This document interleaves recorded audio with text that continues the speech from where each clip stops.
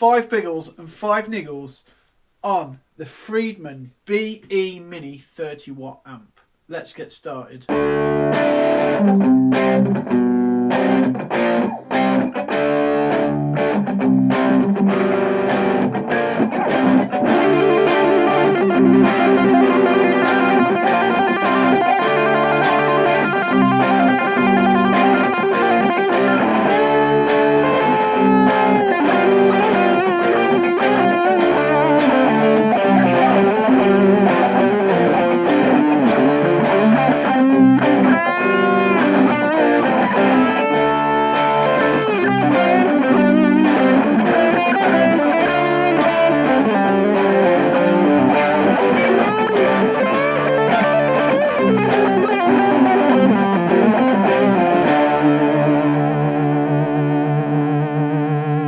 This is like a small puppy friend. I love it. It's like the lapdog of amps.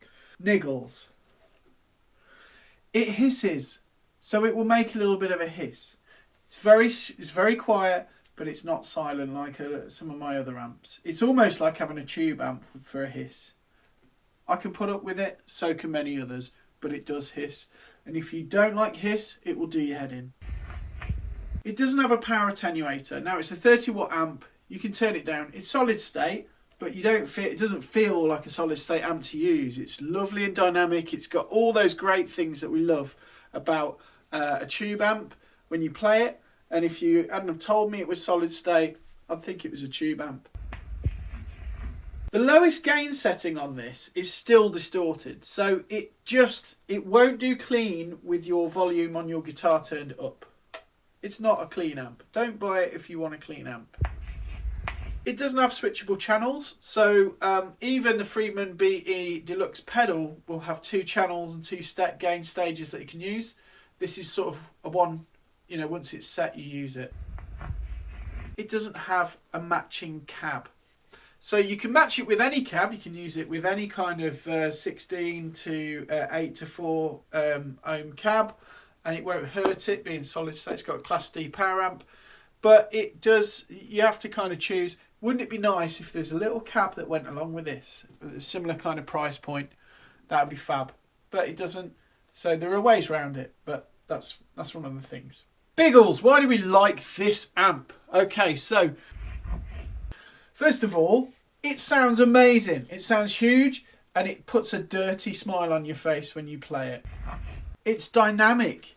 It responds to your guitar volume pot, and I am of the age where people turn down. If you want a clean sound, you turn it up. It has that thing. I really like that thing. It does it. So with this amp, you can get a really good clean sound, but you just have to work for it. So this is basically how it works. I've got a Les Paul here. It's got PAF pickups in, right, which are like Burst Booker Pros, so they clean up fine on other amps. So this is it in the volume. I've got my volume all the way down. I'll put the master volume up a little bit. I've got my EQ just sort of in the middle somewhere, just to demonstrate this for you. And then I've got my gain all the way down on the Friedman, okay? And you are going to hear something. Here's my C. So I'm at the edge of breakup basically when the Les Paul's on 8.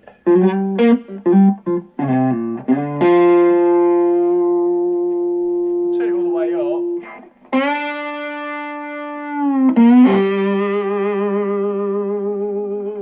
And that's quite a spicy kind of tone. Obviously I've got humbuckers, so that has an impact, doesn't it? So if I turn it down to 5, let's hear it.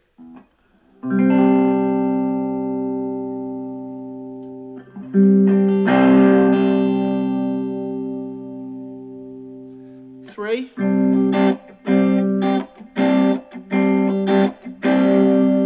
Turn that all the way up.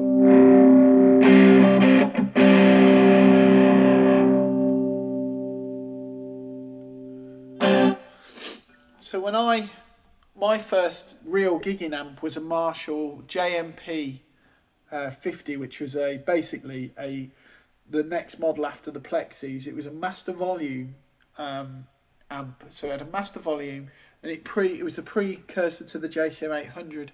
You had a volume and another volume, so you could drive it. Again, that's how I used to operate. I didn't have many pedals. I just turned up my amp, and then when it came to the solo, I had a Les Paul, and I could just go from like.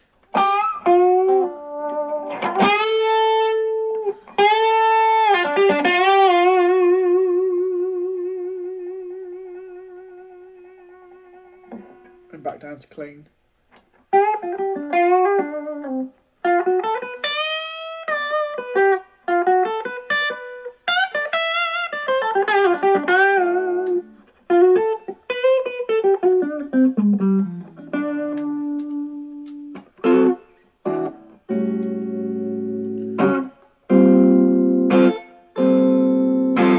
It's enough to do a clean sound, but again, just ride your volume, baby. It's inspirational, and that's what I chase in equipment. So there's a lot of kit, there's a lot of equipment that will give you the right tone, the tone that you want. Sometimes the interface isn't very inspiring.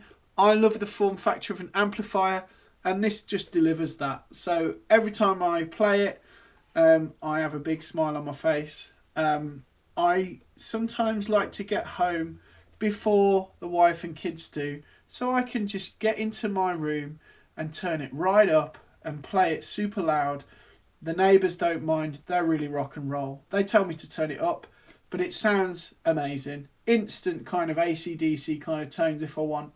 And I just get carried away. I can play millions of chords, but I just like to play a big A or a G on it and get my trousers flapping.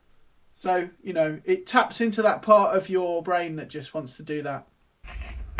The EQ is fab on it. So the EQ is an active EQ. So everything past the midway seems to just, I don't know, boost frequencies and just sound really good. It makes a massive impact. You can really sculpt a good tone with this. If you can't get a good tone out of this, I don't know what you're doing. Like, what are you even doing? The last thing is the form factor. Look at it. It's really cute. It's really cute. It fits. It can fit in your bag. It's a tiny little head. It's really light. It weighs about 2.5 kilos. You could literally give this to a child and say, there's an amp.